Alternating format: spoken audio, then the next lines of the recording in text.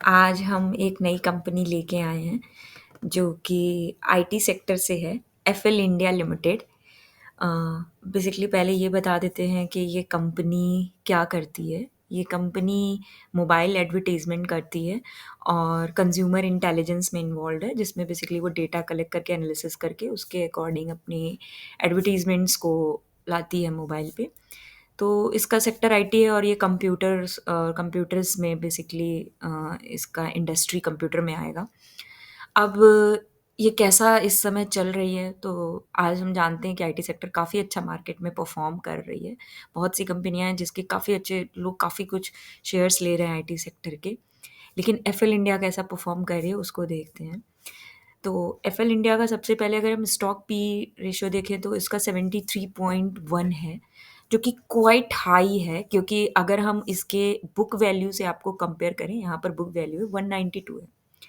सो 192 book value और stock price, अगर हम पी रेशियो देखें 73 पॉइंट, तो इसकी वैल्यूएशन ज़्यादा कर दी गई है स्टॉक प्राइस की। मगर इसमें इन्वेस्ट करना चाहिए कि नहीं, क्योंकि इसकी पी रेशियो बहुत ज़्यादा है, तो इसके लिए हमें और भी चीज़ें, इसकी कैश फ्लो और काफ़ी चीज़ें, क्योंकि फ्यूचर में अच्छा परफॉर्म करती है कि नहीं ये भी देखना पड़ेगा। उसके हिसाब से हम कर सकते हैं कि नहीं, ये हम सोच सकते हैं। तो अगर हम रोज देखें, इसका रोज है 16.2। दैट मीन्स कि रोज बेसिकली ये इंडिकेट करता है कि ये प्रॉफिटेबिलिटी क्या है कंपनी की, राइट। तो अगर इसकी प्रॉफिटेबिलिटी देखी जाए तो 16.2, यानी कि अब हम तीनों मेजरमेंट को ले लें तो बुक वैल्यू इसकी 70, पी रेशियो इसकी 73.1 है, बुक वैल्यू इसकी 192 है और इसकी रोज 16.2 है, यानी प्रॉफिट प्रॉफिट हमें 16.2% का दे रहा है इतनी पी वैल्यू के साथ। तो आई थिंक ये काफ़ी अच्छा परफॉर्म कर रही है, इन फ्यूचर ये परफॉर्म करेगी।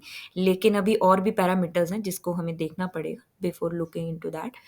सो अब हम आ जाते हैं पिछले 5 साल के डेटा को, देखते हैं कि पिछले 5 साल में इसने कैसा परफॉर्म किया है, क्योंकि जब भी हम इन्वेस्टमेंट करते हैं तो 5 साल का डेटा लेके चलना चाहिए। 5 साल में अगर आप देखो 2020 से लेके 2024 तक, तो इसका जो प्राइस है वो बढ़ता ही गया है। दैट मीन्स कि इसकी वैल्यूएशन काफ़ी ज़्यादा आगे जा रही है। तो अगर हम देखें, अगर हम 2024 में देखें तो ये हमारा 31 दिसंबर यानी आज के दिन 1783.25 थी। That is quite high. और इसके जस्ट 20 दिसंबर का देखो तो 1726.40 है। और यहाँ पर अगर हम आ जाएँ 2022 को ले लेते हैं, तो ये 14 जनवरी 2022 को 1480 है। तो आप देख रहे हो कि कितने तेज़ी से इसके प्राइस में चेंजेस हुए हैं।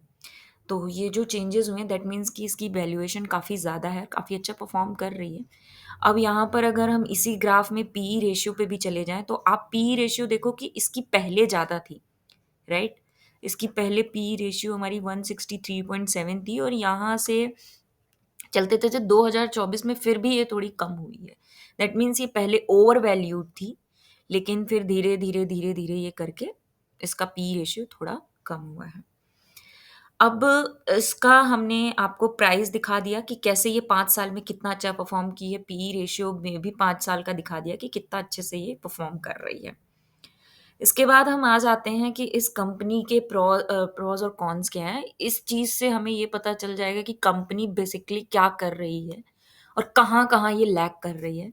तो the best part of this company is that ये बिल्कुल डेब्ट फ्री है, जो कि सबसे अच्छा पॉइंट है। डेब्ट फ्री है तो ये काफ़ी, हम सेफ ज़ोन पे होंगे अगर इन्वेस्ट करते हैं। सेकंड थिंग है कि आने वाले टाइम में ये बहुत अच्छा परफ़ॉर्म करने वाली है एज़ पर द एनालिसिस। और इसका सीएजीआर भी अच्छा खासा है, 43.5 पिछले 5 साल में ये हमारा सीएजीआर दिया है। तो बेसिकली अगर हम ऊपर से नीचे तक चले जाएँ तो काफ़ी सेफ ज़ोन में है ये कंपनी। अगर हम इसके कॉन्स पे चले जाएँ तो ये 9.28 टाइम्स इट्स बुक वैल्यू है, डेफ़िनिटली। बट इसने इसको कॉन्स में तो प्रेज़ेंट किया है, बट अगर ऊपर हमने जैसा डिस्कशन किया था कि इसकी जो प्राइस थी और जो इसका डेब्ट फ्री कंपनी है, उसके बाद हमने इसका फ्यूचर भी देखा और आईटी सेक्टर बेसिकली बहुत ग्रोथ स्टेज पे है। तो हमें इतने डरने की ज़रूरत नहीं है, क्योंकि अगर पी वैल्यू इसकी हाई भी हो रही है तो कहीं न कहीं ये हमें आगे जाके ये प्रॉफ़िट में ही जाएगी। और दूसरी चीज़ ये है कि ये दो ये प्रॉफ़िट में है, बट ये डिविडेंड इतना ज़्यादा नहीं पे आउट कर रही है। That is the concerning point कि ये डिविडेंड पे आउट नहीं कर रही है। थर्ड है कि प्रमोटर होल्डिंग इसकी डिक्रीज हुई है, दैट मीन्स कि 3 साल में ये -4.80 है, यानी कि प्रमोटर्स इसके शेयर्स को सेल कर रहे हैं, which is quite the concern point. But यहाँ पर एक और रीज़न हो सकता है, if the promoters are selling the sales in the market, अगर शेयर्स को सेल कर रहे हैं तो उसमें एक रीज़न ये भी है कि मे बी वो डाइवर्सिफिकेशन चाह रहे हो, बट इसका मतलब ये नहीं है कि company is at risk zone. क्योंकि अगर ये इतना अच्छा परफॉर्म कर रही है तो अगर उसमें भी प्रमोटर्स अगर सेल कर रहे हैं अपने शेयर्स को, that doesn't mean that company is at risk zone. Concern point है but it is not at the risk zone. अगर हम इसके पीर कंपैरिजन देखने लगें कि ये कैसा है इसका पीर कंपैरिजन, तो उसमें भी जो इसके ओरेकल है, कॉर्फोज है, टाटा है, तो ये जितनी भी कंपनीज हैं उनमें ये बेटर परफॉर्म कर रहा है। तो I think F L India काफ़ी अच्छा उसमें परफॉर्म कर रहा है। इसका आप देख सकते हो कि इसकी पी रेशियो 73 है इसमें। तो इन कंपनीज में भी ये ज़्यादा लैक नहीं कर रहा, no doubt it is not at the lead, right? Fintech भी है इसमें, लीड पे तो नहीं है बट ये काफ़ी अच्छा परफॉर्म कर रहा है, ये हम देख सकते हैं पीर कंपैरिजन के एज पर। फिर इसकी क्वार्टरली रिजल्ट्स देखते हैं। क्वार्टरली रिजल्ट्स में अगर हम इसका ऑपरेटिंग प्रॉफिट देखें कि ये कैसा ऑपरेटिंग प्रॉफिट में है, 2021 से देखते चले आते हैं तो ह्यूज डिफरेंस आया है, ह्यूज ग्रोथ हुई है इस कंपनी की। 152 से पिछले 5 साल में 113 पे हुई है। दैट मीन्स कि ऑपरेटिंग प्रॉफिट अगर किसी भी कंपनी का ज़्यादा होता है, that means it is doing quite good. और इसका नेट प्रॉफिट भी अगर हम देखते हैं तो 92 है, विच is quite good because from last 2021 से देखा जाए तो इसमें कोई बहुत ज़्यादा ही डिफरेंस आया है, और कहीं भी आप देखोगे कि ये लैक नहीं कर रहा है एक्सेप्ट 2022 में ये थोड़ी सी डिक्रीज मोड पे गया था। बट नेट प्रॉफिट अगर आप देखोगे तो 92 पे it has reach, that means कि it is leading a good.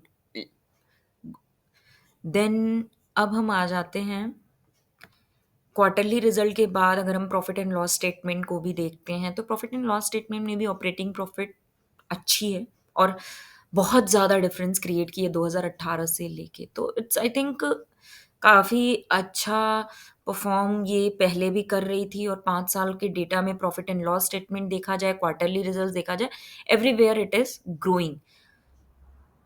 और शायद इन्हीं सब रिपोर्ट्स की वजह say that everywhere it is growing from last 5 years इसकी पी रेशियो इतनी ज़्यादा हो चुकी है। बैलेंस शीट देखी जाए तो आप देख सकते हो as it is a debt free company, so इसकी अदर लाइबिलिटीज़ में भी 502 है जो कि कम हुई है। फिर उसके बाद इसके अदर एसेट्स में भी 2014 है, दैट इज़ क्वाइट गुड। तो इसके टोटल एसेट्स 3302 है, विच इज़ गुड। तो बैलेंस शीट भी अगर आप इसके डेटा देखोगे, रिजर्व्स की, बोरोइंग्स की, तो बोरोइंग्स भी इसकी बहुत ज़्यादा नहीं है and they are at quite good. तो अब हम अगर कैश फ्लो देखते हैं, कैश फ्लो में cash flow from operating activities और cash flow from investing activities देखी जाए तो इन्वेस्टिंग में -72 हुआ है, और फाइनेंसिंग एक्टिविटीज़ में इसका 783 है, विच इज़ क्वाइट गुड। सो इसका नेट कैश फ्लो आया है 473, जो कि काफ़ी अच्छा नंबर माना जाता है। और इसकी रोज़ 16% मार्च 2024 में है, मतलब कि सिर्फ 2024 में इसने 16% का ग्रोथ दिया, विच इज़ क्वाइट गुड। 23 में थोड़ा ज़्यादा हमें ग्रोथ मिली है। तो और वर्किंग कैपिटल अगर हम डेज कहें तो आप देखोगे कि ये डिक्रीज हुई है 2018 में, बट मार्च में ये इंक्रीज हुई है, दैट इज़ गुड। तो अगर हम ऊपर से जितनी भी डिस्कशन करते आए हैं तो हमने देखा है कि कंपनी काफ़ी अच्छा परफॉर्म कर रही है, और इस परफॉर्मेंस के साथ साथ इसके ड्रॉबैक्स इतने ज़्यादा नहीं हैं, तो हम इसमें अ, सोच सकते हैं इन्वेस्ट करने का। सेकंड पॉइंट इज़ दैट कि though it is an IT sector and IT sector is quite at boom, so we can think that in future ये काफ़ी अच्छा ग्रो करेगी और भी अच्छे रिपोर्ट्स ये देगी आने वाले वक्त।